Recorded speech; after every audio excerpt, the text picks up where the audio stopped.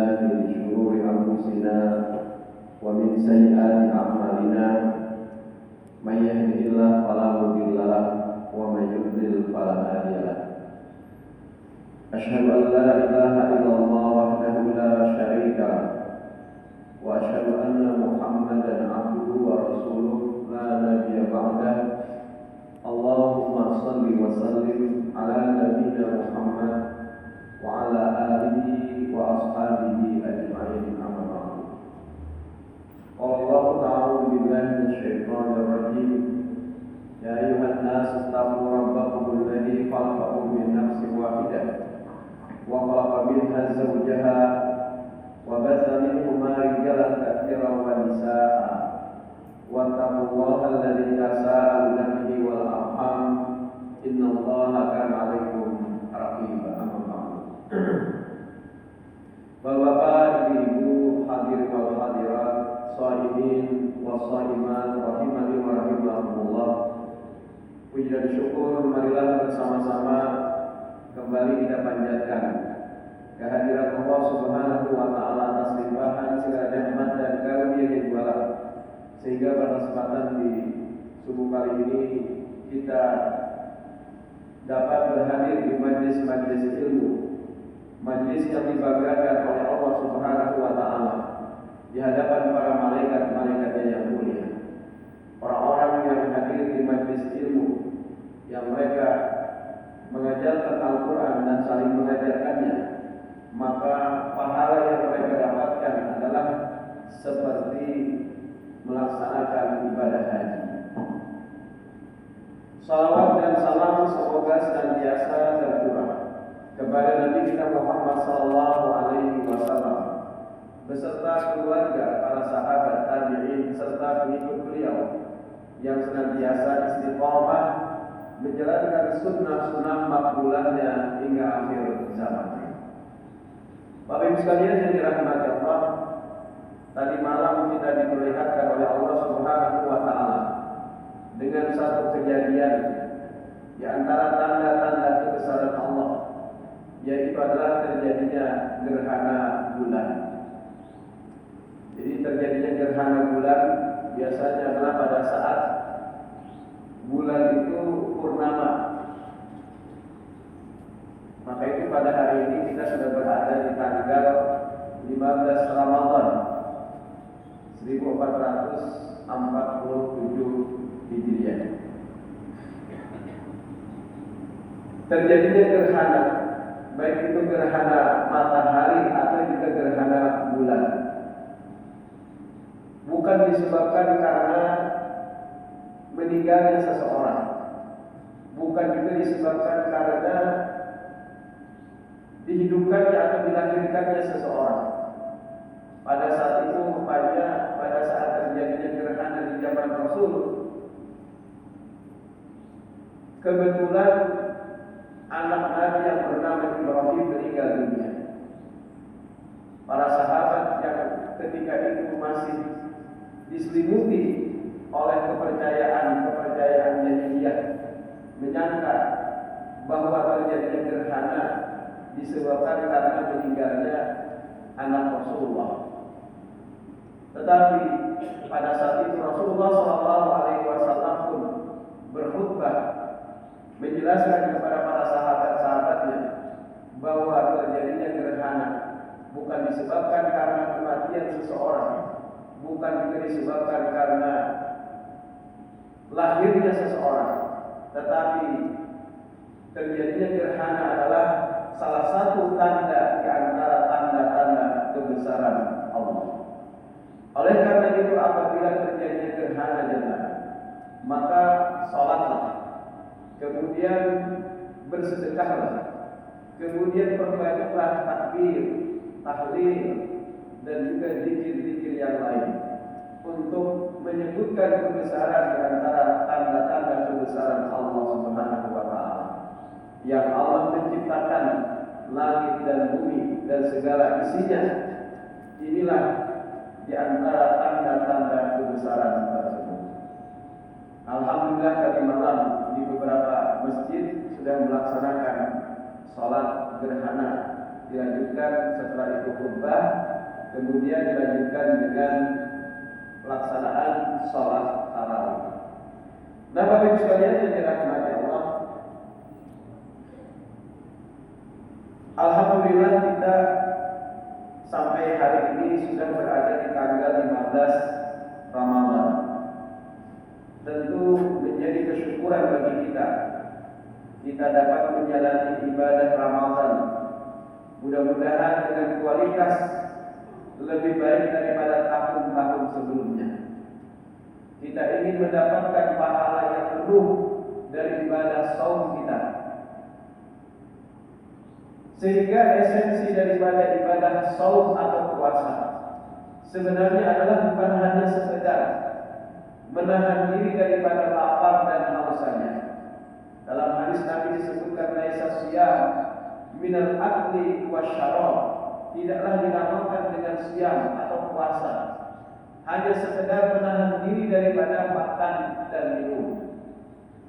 Wa innamas siyam minal lagwi warrafati, tetapi yang dinamakan dengan siam itu adalah apabila seseorang mampu menjaga dirinya daripada perbuatan-perbuatan lalai, perbuatan-perbuatan sia-sia, dan juga rafas.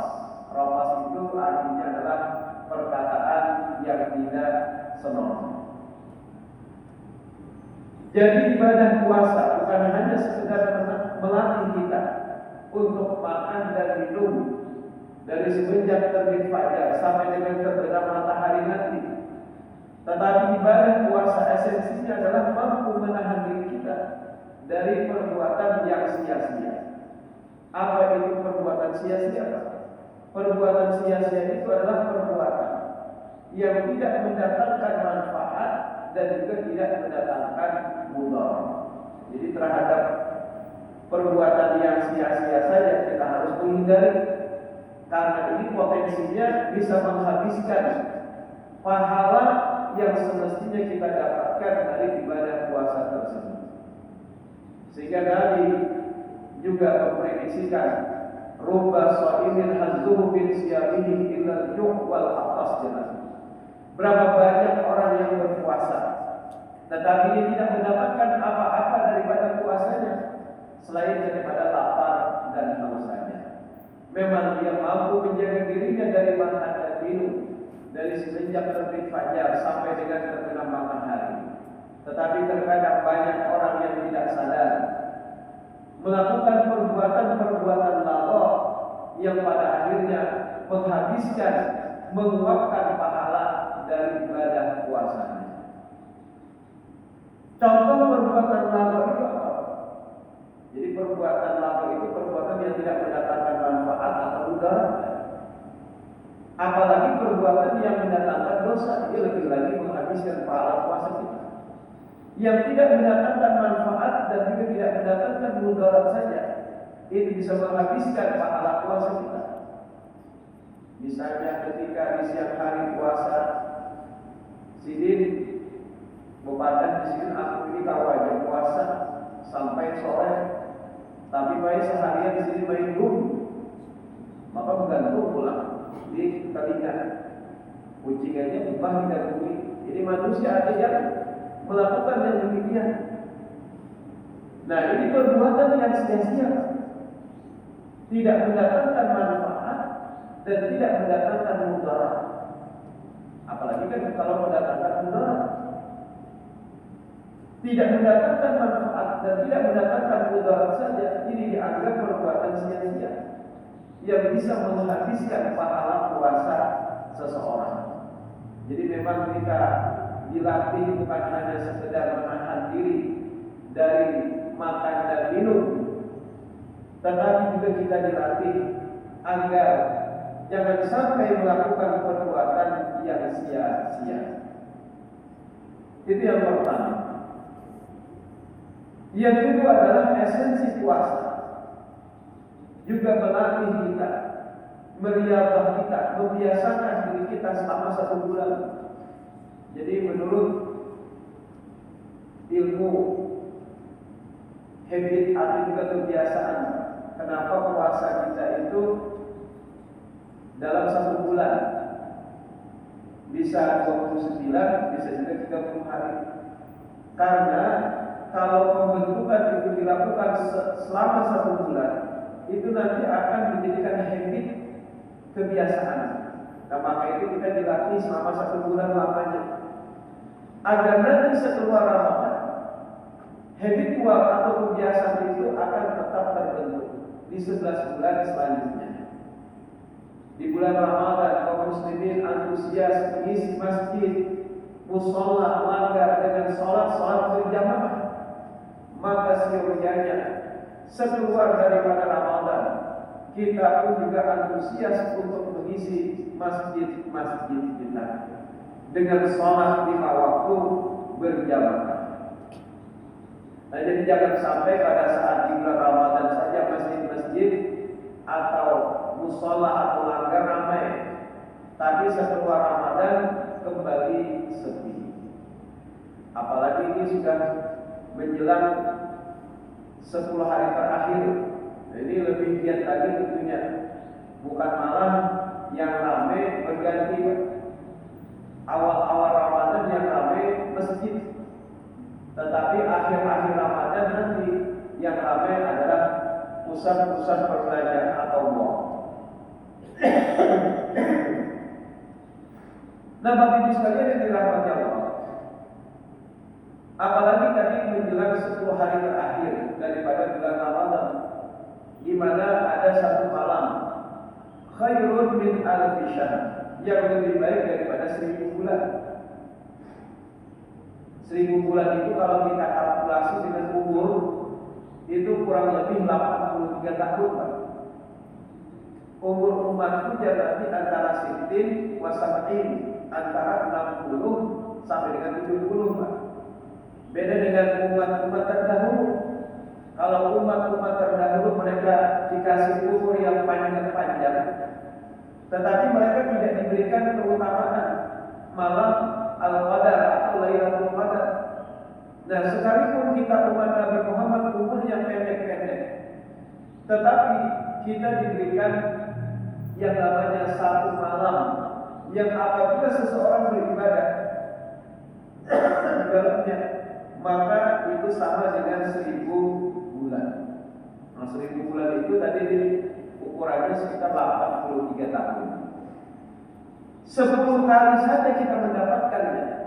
10 kali Ramadannya misalnya, dari umur yang sudah kita lewati sampai hari ini, Pak.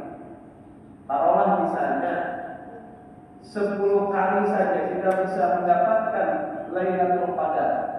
Kita beribadah pada malam itu, berarti kan 83 kali 10, Pak. 830. Jadi seolah-olah umur kita itu begitu panjang, sekitar 830 tahun. Nah, inilah. Jadi jangan sampai menjelang puluhan terakhir daripada Ramadan justru semakin mengendor ibadah kita. Justru semakin meningkat ibadah kita menjelang 10 hari terakhir ini. Jangan apa? Taharrau lailatul qadri fil ashril awakhir min Ramadan. Cari-carilah oleh kalian yang namanya malam Al-Qadar. Kapan itu terjadi? Yaitu adalah di 10 hari terakhir daripada bulan Ramadan.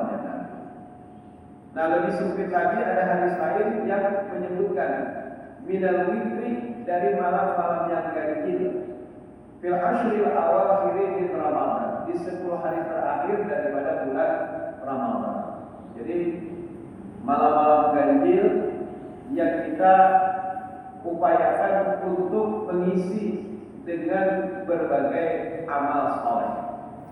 Bagi kita yang mampu untuk i'tikaf di masjid, maka silakan kita isi dengan i'tikaf di masjid.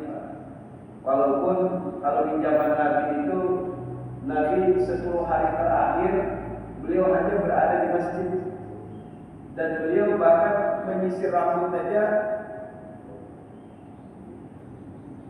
minta sisirkan dengan Aisyah. Pada saat itu beliau hanya menjulurkan kepala ke jendela, dan Nabi tetap berada di masjid. Jadi Nabi tidak keluar di 10 hari terakhir daripada bulan Ramadan. Di 10 hari terakhir daripada bulan Ramadan masjidnya. Nah, tapi kan kondisinya saat ini kita berbeda, Pak. Kita harus bekerja, misalnya ada yang belum pensiun, harus bekerja di siang hari. Boleh nggak iktikaf itu hanya dilakukan sesaat? Boleh. Walaupun mungkin hanya beberapa jam. Dari jam 2 misalnya masuk masjid, niatkan iktikaf sampai dengan sehabis sholat subuh misalnya. Nah ini juga bagian daripada iktikaf. Karena di siang harinya, di pagi harinya kita harus bekerja. Yang penting kita tidak melepaskan 10 hari terakhir daripada bulan Ramadan. Bisa kita isi tadi dengan iktikaf, bisa kita isi dengan tilawah Al-Quran, membaca Al-Quran, bisa kita isi juga dengan zikrullah, berzikir kepada Allah, infak atau sedekah dan lain-lain. Termasuk juga perempuan-perempuan yang haid, ketika 10 hari terakhir mereka juga ingin mendapatkan malam Al-Qadar atau Lailatul Qadar. Sementara sholat mereka tentunya tidak boleh karena dalam keadaan haid. Tapi masih ada ibadah-ibadah yang bisa dilakukan oleh seorang perempuan ketika haid. Apa itu? Zikrullah, dengan memperbanyak zikir. Nah, jadi silakan aja ibu-ibu atau para wanita yang dalam keadaan haid supaya tetap mendapatkan Lailatul Qadar di 10 hari terakhir, maka bisa diisi dengan memperbanyak zikir. Bisa di rumah misalnya perbanyak zikir. Jadi barang siapa yang beribadah pada malam itu, maka khairun min alfi syahr, lebih baik daripada 1000 bulan. Nah, Bapak sekalian yang dirahmati Allah, kemudian yang kedua adalah tadi esensi puasa, riyadhah, kebiasaan yang sudah Allah berikan kepada kita selama 1 bulan ini. Mudah-mudahan tetap kita jaga konsistensinya, keberlanjutannya setelah daripada Ramadan nanti. Jangan pada saat di bulan Ramadan saja masjid-masjid ramai, sementara habis Ramadan masjid-masjid kembali sepi, langgar-langgar atau mushola kembali sepi. Jangan sampai. Jadi tetap kita jaga keberlanjutan dari pelatihan yang Allah berikan selama 1 bulan kepada kita semua. Kemudian juga kebiasaan sholat malam. Di bulan Ramadan kita antusias mengerjakan sholat tarawih atau qiyamul Ramadan. Sekeluar daripada Ramadan, mudah-mudahan pelatihan yang Allah berikan tetap kita jaga, yaitu dengan rutinnya kita tetap melaksanakan sholat tahajud atau juga sholat lail, sholat malam. Bahkan saking mudahnya sholat malam itu, Pak, boleh kita kerjakan di awal malam sebelum tidur. Yang Nabi apa? Ausani Khalili sallallahu alaihi wasallam telah mewasiatkan kepada kekasihku Nabi sallallahu alaihi wasallam bitalatin, tentang 3 perkara. Pertama adalah an-mukira, qabla an arquda, agar aku berwitir sebelum aku tidur. Jadi witir itu, salat malam itu boleh dilakukan sebelum tidur, Pak. Boleh dilakukan sebelum tidur. Jadi lakukan misalnya kalau kita khawatir pada bangun di sepertiga malam atau di akhir malam, ya sudah berwitir sebelum tidur. Tapi ternyata kalau Allah nanti bangunkan kita jam 3 atau jam 4, maka tinggal kita mengerjakan sholat yang genapnya aja lagi. Kalau misalnya tadi sudah berwitir 3 rakaat, berarti tinggal 8 rakaatnya kita 4 atau 2 dan seterusnya sampai 8 rakaat. Nah, jadi ini adalah untuk mengantisipasi kalau kita tidak bangun di akhir malam, maka boleh kita mengerjakan di awal malam. Jadi telah mewasiatkan kepada Ujar Abu Hurairah, kekasihku Nabi Sallallahu Alaihi Wasallam, 3 perkara. Pertama, agar aku berpikir sebelum aku tidur. Yang kedua adalah warak atib duha, agar aku mengerjakan setiap hari sekurang-kurangnya 2 rakaat sholat duha. 2 rakaat sholat duha ini sekurang-kurangnya, Pak. Kalau ingin lebih daripada itu boleh hukumnya. Jadi sekurang-kurangnya 2 rakaat, Pak, tapi setiap hari rutin kita kerjakan, istiqomah kita kerjakan. Yang ketiga, nasihat Nabi kepada Abu Hurairah apa? Yaitu adalah agar aku melaksanakan setiap bulan sekurang-kurangnya puasa sunnah 3 hari. Bisa 13, 14, 15. Boleh juga Senin, Kemis, Senin, atau Kemis, Senin, Kemis. Atau kalau misalnya orang itu mampu Senin, Kemis sampai akhir bulan, ini luar biasa lagi. Sekurang-kurangnya 3 hari saja itu sudah luar biasa. Jadi nasihat Nabi kepada Abu Hurairah 3 perkara ini. Yang pertama tadi agar aku berwitir sebelum tidur. Nah, saking pentingnya witir, sekurang-kurangnya 1 rakaat. Jadi jangan sampai kita meninggalkan sekurang-kurangnya setiap malam itu witir barang. Kalau misalnya kita tidak mampu untuk mengerjakan yang genap sholat malam, witir barang. Maka itu dalam hadis Nabi yang lain disebutkan, al-witru haqqun ala kulli muslim. Dan witir itu kewajiban bagi setiap muslim. Jadi Nabi mengatakan witir itu kewajiban bagi setiap muslim. Maksud kewajiban di sini bukan seperti sholat fardu memang. Kalau sholat fardu itu kan wajib, fardu kalau ditinggalkan berdosa. Tapi maksud perkataan Nabi, al-witru haqqun ala kulli muslim. Witir itu kewajiban bagi setiap muslim. Maksudnya Nabi ingin mengingatkan kita agar kita konsisten untuk mengerjakan sholat malam. Sekurang-kurangnya kerjakanlah witir.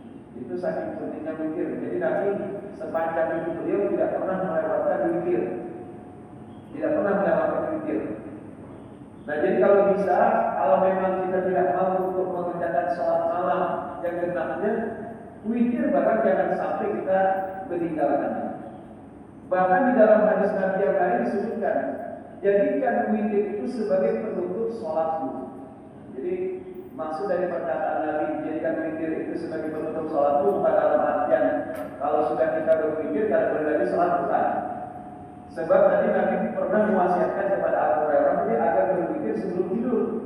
Artinya apa? Kalau memang kita bangun nanti jam 3, jam 4, karena kita tadi sudah di awal mengerjakan witir, maka tidak perlu lagi kita mengerjakan witirnya.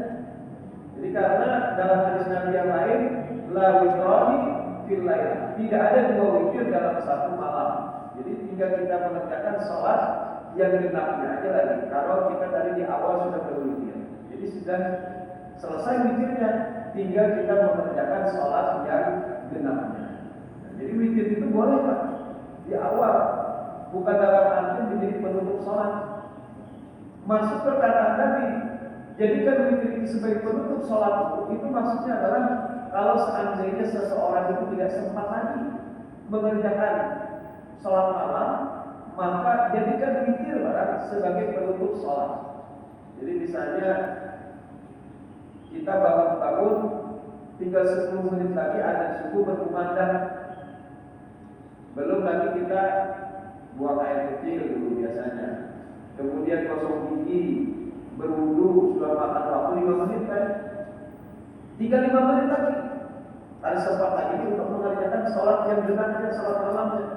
Maka sekurang-kurangnya witir barang kita sempatkan untuk dikerjakan, walaupun hanya 1 rakaat boleh. Nah, jadi kebiasaan yang sudah kita bangun pada bulan Ramadan, yaitu berupa sholat tarawih atau juga qiyam Ramadan, setelah Ramadan mudah-mudahan tetap kita jaga, tetap konsisten kita rawat. Keberlanjutannya setelah daripada Ramadan tetap kita pertahankan. Sekurang-kurangnya sholat malam yang kita kerjakan itu adalah witir. Kalau misalnya tadi ada kesempatan, agar apa? Agar sholat malam itu tetap kita laksanakan. Jadi saking mudahnya Islam sebenarnya Pak. Jadi saking mudahnya Islam membolehkan bagi kita untuk mengerjakan walaupun hanya witir saja. Nah, bagi sekalian yang dirahmati Allah, jadi keberlanjutan daripada pelatihan yang Allah berikan kepada kita semua pada bulan Ramadan mudah-mudahan tetap kita rawat dengan sebaik-baiknya. Bahkan sholat berjamaah tadi disebutkan ada 7 amalan yang Nabi. Jadi 7 amalan ini pahalanya semisal dengan haji. Kalau untuk mendapatkan ibadah haji kita harus daftar dulu. Daftar sudah 25 juta. Belum lagi menunggu masa tunggu sekitar 30 tahun. Walaupun oleh Kementerian Haji saat ini sudah dirombak aturannya. Semua provinsi itu semuanya sama kotanya. Kalau dulu kan mana yang banyak penduduknya maka lebih banyak porsinya kotanya. Nah sekarang sudah dirombak, semua provinsi itu sama kotanya. Nah untuk bisa melaksanakan ibadah haji, tentu ini adalah sesuatu yang berat atau juga lama masa tunggunya. Tetapi ternyata ada 7 amalan yang pahalanya itu semisal dengan ibadah haji. Dan ini dekat dengan keseharian kita. Jadi kata repot-repot lagi Pak. Dan ini bisa kita dapatkan setiap hari. Apa di antaranya? Pertama adalah menjaga sholat 5 waktu berjamaah di masjid. Nah di masjid di sini maksudnya boleh mushola, boleh langgar, yang penting dia sholat berjamaah di sana.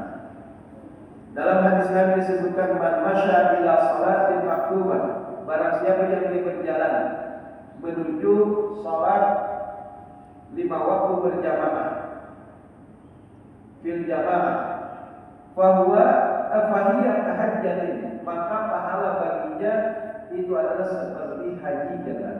Itu luar biasa Pak. Kita berangkat sholat subuh, zuhur nanti, kemudian asar, maghrib, isya, kita lakukan setiap hari Pak. Itu pahalanya sama seperti haji Pak. Luar biasa. Jadi ada amalan yang besar di hadapan kita yang sayang untuk kita dapatkan, kecuali tidak bisa berangkat ke masjid, ada uzur atau mungkin karena sakit misalnya. Jadi kalau bisa 5 waktu di masjid ini tetap kita pertahankan. Yang kedua Bapak, pahalanya semisal dengan haji, yaitu adalah melakukan sholat 2 rakaat setelah syuruk. Jadi kalau misalnya kita sholat subuh berjamaah di masjid, ya Nabi, barang siapa man wada ila sholat subuh, barang siapa yang dia melaksanakan sholat subuh bil jamaah berjamaah, thumma yajlis, kemudian dia duduk, fayadhkurullah, berzikir kepada Allah sampai datangnya waktu syuruk. Nah berzikir kepada Allah, kalau kita ada kajian, mendengarkan kajian, ini termasuk berzikir juga. Jadi kalau misalnya kita duduk di masjid sampai dengan waktu syuruk. Waktu syuruk itu biasanya ada berbunyi. Nah kalau bisa dilewatkan Pak. Lewatkan menurut majlis tadi itu sekitar 15 sampai 20 menit. Tapi kalau misalnya memang punya sahur, sekurang-kurangnya 5 menit pada mengatakan dari waktu syuruk. Karena khawatirnya masih pada waktu yang dilarang. Jadi 5 menit barang dilewatkan Pak. Misalnya hari ini syuruknya adalah jam 6 lewat 28. Nah lewatkan 15 sampai 20 menit atau sekurang-kurangnya 5 menit barangkali. Nah barang siapa yang tidak melaksanakan sholat 2 rakaat setelah waktu syuruk tadi, maka baginya pahala tahajjatin wa umratin, seperti haji dan umrah. Tambah, sempurna jadi sempurna. Ini sholat 2 rakaat di awal waktu duha namanya. Walaupun yang menamai hari sholat isyraq ini adalah sholat isyraq itu adalah Ibnu Abbas. Nabi sendiri menamainya adalah sholat duha di awal waktu. Sholat duha di awal waktu. Tapi kalau misalnya Nabi tidak ingin mengerjakan duha lagi, ya silakan. Misalnya jam 10 atau jam 11 hendak menggawi duha lagi, ya silakan, tidak mengapa. Nah kemudian apa lagi Pak? Menghadiri majelis ilmu di masjid. Jadi kalau kita ingin mendapatkan pahala yang semisal dengan haji, jika kita hadiri saja majelis ilmu yang diadakan di masjid, maka ini pahalanya juga semisal dengan ibadah haji.